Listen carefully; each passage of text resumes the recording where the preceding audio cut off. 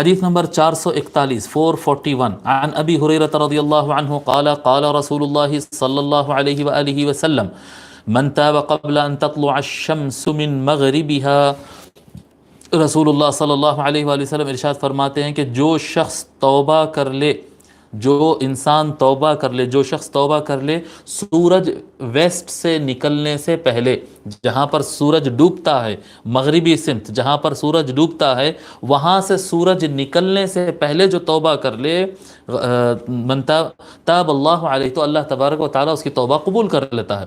جو آدمی، سورج کہاں سے؟ ایسٹ سے نکلتا ہے، مشرق سے نکلتا ہے، تو ایک ٹائم ایسا آئے گا کہ سورج مغرب سے نکلے گا، ویسٹ سے نکلے گا۔ وہ کون سا دن ہوگا؟ وہ قیامت کا دن ہوگا۔